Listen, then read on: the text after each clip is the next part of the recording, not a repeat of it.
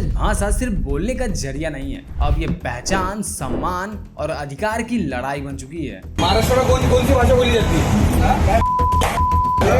हर राज्य अपनी भाषा को बचाने के लिए आवाज उठा रहा है और कभी कभी दूसरों की भाषा को दबा रहा है। कैसा बोला? तुम हिंदी बोलो, तुम मराठी बोल रहे हो, हम हिंदी बोलूंगा। ये लड़ाई अब इतनी पर्सनल हो गई है कि लोग अब आपस में ही लड़ने लगे हैं। तेरी भाषा नहीं चलेगी, मेरी चलेगी। अब ये एक थीम बन गया है। मराठी बोलते मी महाराष्ट्रात आहे माझ्या, तो मग तू नाहीयेस तो बाकी लिखाइए कहानी। तो अब सवाल यही है कि क्या भाषा अब एकता का पुल नहीं बल्कि बंटवारे की दीवार बन चुकी है। लोकल ट्रेन में जब एक लड़के से कहा गया कि तुम मराठी बोल, तुम मुंबई में है, अपने बिहार में नहीं। अब ये सिर्फ एक छोटी मोटी बात नहीं थी, ये लैंग्वेज के नाम पर आइडेंटिटी का अपमान था। ये 2025 का इंडिया है जहाँ किसी भी राज्य में खुद को सरवाइव करने के लिए भाषा को सीखनी या फिर बदलनी पड़ती है। गूगल के सीईओ हैं सुंदर पिचाई, जो कि तमिलनाडु से हैं। इंग्लिश एसेंट उनकी पॉलिश्ड है, लेकिन आप उनसे कहिए कि आप हिंदी में प्रेस कॉन्फ्रेंस कीजिए तो जवाब यही मिलेगा कि I am more comfortable in English और तमिल। अब जरा सोचिए, जो आदमी दुनिया की सबसे बड़ी टेक कंपनी चला रहा है वो हिंदी नहीं बोलता है तो क्या वो कम भारतीय है? अगर नहीं तो फिर किसी एक रिक्शे वाले, स्टूडेंट या फिर किसी बिजनेसमैन पर किसी भाषा को थोपना कहाँ तक सही है? हिंदी ना बोलना गुनाह नहीं है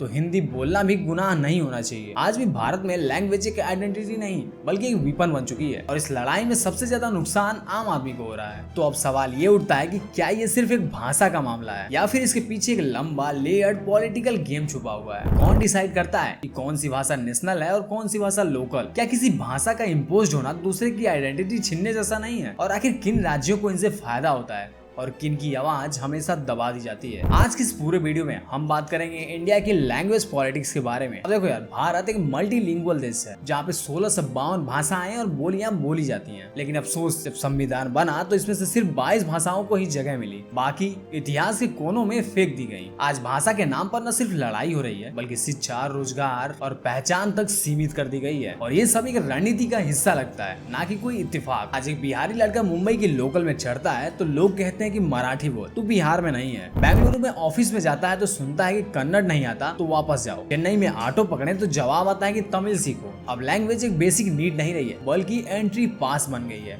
किसी भी शहर में जीने के लिए। क्या आप इसे लैंग्वेज प्राइड कहेंगे या फिर कल्चरल आइसोलेशन? क्या यह भारत के टुकड़े टुकड़े नहीं कर रहा है? साउथ इंडिया में, स्पेशली तमिलनाडु में, हिंदी को थोपे जाने का विरोध नया नहीं है। विरोध इतिहास में खून से लिखा गया है। 1965 में जब केंद्र सरकार ने हिंदी को भारत की एकमात्र आधिकारिक भाषा बनाने की कोशिश की, तमिलनाडु में ऐसा आक्रोश फूटा कि पूरे राज्य में आंदोलन भड़क उठे। स्कूल और कॉलेजों के स्टूडेंट सड़कों पर उतरे, सरकारी कार्यालयों में आगजनी हुई और हालात इतने बिगड़ गए कि पुलिस फायरिंग में 60 से ज्यादा प्रदर्शनकारी मारे गए। यह सिर्फ भाषा का विरोध नहीं था, यह सांस्कृतिक अस्तित्व की लड़ाई थी। करुणानिधि और अन्नादुरई जैसे नेताओं ने साफ कहा, भाषा सिर्फ शब्दों का माध्यम नहीं है, ये हमारी अस्मिता है और इसे कोई बाहर से आकर तय नहीं कर सकता। लेकिन यही सवाल अब भी उठता है, क्या कभी उत्तर भारत ने तमिल, तेलुगु और कन्नड़ जैसी भाषाओं को बराबरी से समझने की कोशिश की या फिर बस यह मान लिया कि हिंदी तो सबको आनी चाहिए? अब जरा दिल्ली की तरफ आइए, यहाँ जो एग्जाम होते हैं एसएससी, यूपीएससी, नेट, या तो ये इंग्लिश में होते हैं या फिर हिंदी में। क्या किसी कन्नड़, मलयाली, असमी या फिर कश्मीरी स्टूडेंट को अपने ही देश में अपनी ही भाषा में लिखने का हक नहीं है? नहीं, जो हिंदी नहीं बोल सकता उसे अयोग्य मान लिया जाता है। इस सिस्टम से निकाला गया साइलेंट डिस्क्रिमिनेशन नहीं तो और क्या है। 2020 की नई शिक्षा नीति में कहा गया कि 3 लैंग्वेज फार्मूला लगाओ, लेकिन इसका मतलब क्या निकला? हिंदी स्पीकर्स को कोई तीसरी भाषा नहीं सीखनी पड़ी, जबकि साउथ इंडियन स्टूडेंट पर हिंदी और इंग्लिश दोनों ही थोपी गई। यह फार्मूला समानता नहीं,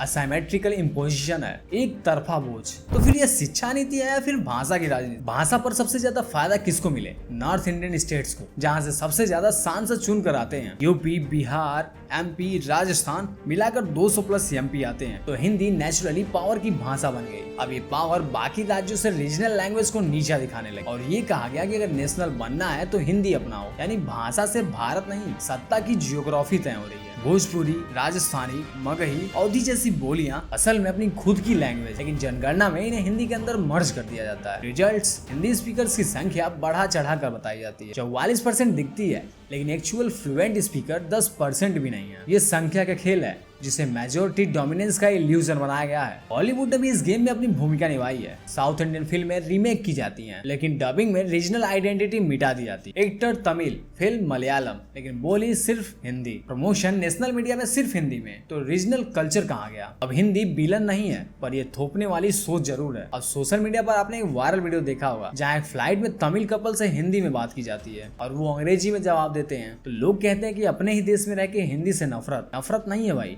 ये उनकी चॉइस है। अब दशकों से कोई उनकी भाषा को सीरियस ही नहीं ले रहा तो कैसे समझेगा? महाराष्ट्र की राजनीति में भाषा हमेशा एक शक्तिशाली चुनावी हथियार रही है। मी मराठी सिर्फ एक नारा नहीं है, बल्कि डिकेड से चलता आ रहा एक राजनीतिक टूल है जिसने लोगों की रोजमर्रा की जिंदगी को भी काफी प्रभावित किया है। स्थानीय निकायों से लेकर सरकारी नौकरियों तक कई जगहों पर मराठी भाषा का टेस्ट कंपलसरी कर दिया गया, जिससे बाहर से आए लोगों को ऑफिशियली एक चैलेंज की तरह फेस करना पड़ा। यूपी और बिहार से गए मजदूर या प्रोफेशनल खुद को गैर महसूस करते हैं, जैसे उनकी योग्यता से ज्यादा उनकी भाषा परख ली जा रही हो। अब जरा सोचिए, अगर यही सिचुएशन किसी और राज्य में हो तब मान लीजिए यूपी में कोई साफ कहता है कि भोजपुरी नहीं आती तो आप यहाँ के नहीं हैं, तो क्या तब भी हम इसे एक लैंग्वेज प्राइड करके टाल देंगे या फिर मानेंगे कि एक तरह का सांस्कृतिक फिल्टर है जो लोगों के इंटीग्रेशन को धीमा कर देता है? नॉर्थ ईस्ट की बात कर लेते हैं। नागालैंड में इंग्लिश प्रीफर्ड है, मणिपुर की अपनी स्क्रिप्ट है, असम में बोडो और कार्बो जैसी भाषाएं हैं, लेकिन नेशनल कैरिकुलम में उन्हें जगह नहीं मिलती। दिल्ली के सीबीएसई स्कूल में बंगाली मिल सकती है, लेकिन असम या मिजो नहीं। भाषा को लेकर बने हैं दर्जनों आंदोलन। बोडोलैंड, गोरखालैंड, विदर्भ, बुंदेलखंड, ये सब सिर्फ राज्य नहीं बल्कि भाषाई अस्मिता की लड़ाई है। राजनेता हर चुनाव में लैंग्वेज इमोशन को ट्रिगर करते हैं। हमारी भाषा से बाहर वाले हमें लूट रहे हैं और फिर वो language based vote bank politics शुरू। अब भाषा विपन बन चुकी है डेमोक्रेसी को मैनिपुलेट करने के लिए। भारत की संसद में अगर कोई कश्मीरी में भाषण दे दे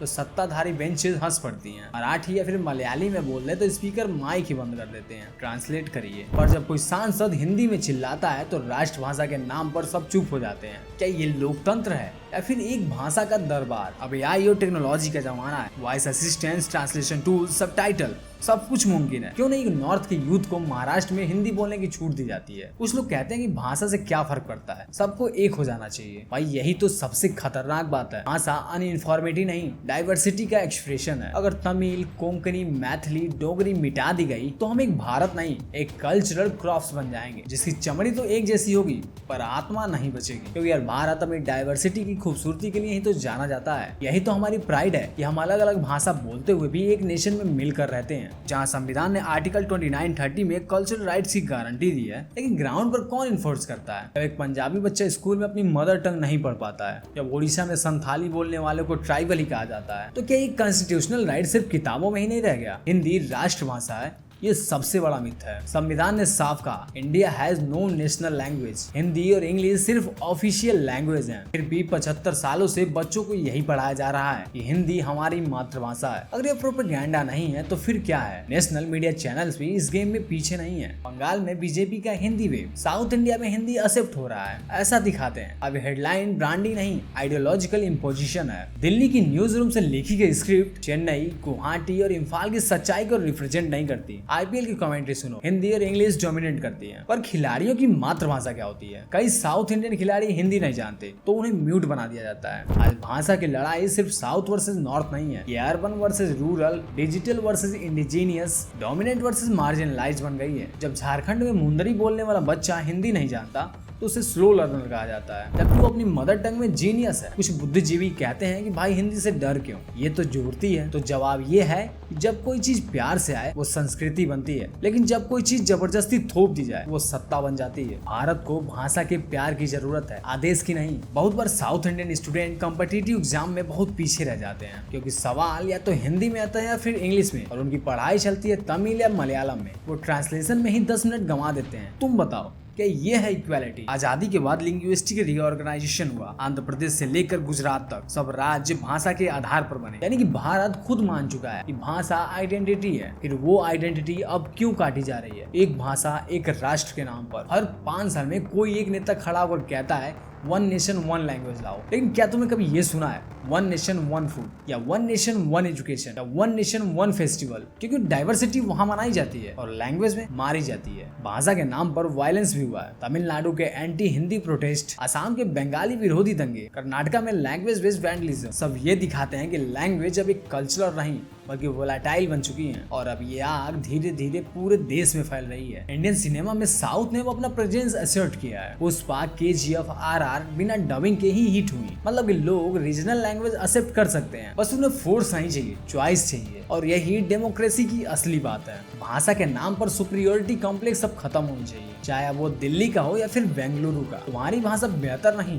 बस अलग है और डिफरेंस में ही भारत की ब्यूटी है। और अगर ये नहीं समझे तो कल को तमिल भी मिटेगी और हिंदी भी। लास्ट में सिर्फ इतना ही कहूंगा कि भारत एक मल्टीलिंगुअल सिविलाइजेशन है, ना कि एक मोनोलिंगुअल रिपब्लिक। यहाँ एक ही सूरज को 100 भाषाओं में पुकारा जाता है। सूरज, सूर्यो, सूर्यान, सोरजो, सूरजी, और इन सब में भारत बसता है। और अगर इन्हें मिटाया गया, भारत सिर्फ नक्शे पे रहेगा, जमीन पर नहीं। दोस्तों, लैंग्वेज पॉलिटिक्स के बारे में आपका क्या ख्याल है? आप इसके बारे में क्या सोचते हो? कमेंट में अपनी राय जरूर दीजिएगा। और हाँ, अगर वीडियो थोड़ी सी भी अच्छी लगी हो तो वीडियो को लाइक और चैनल को सब्सक्राइब कर लीजिए। ऐसी मजेदार वीडियोस हर रोज आपको यहाँ पे मिलेंगी।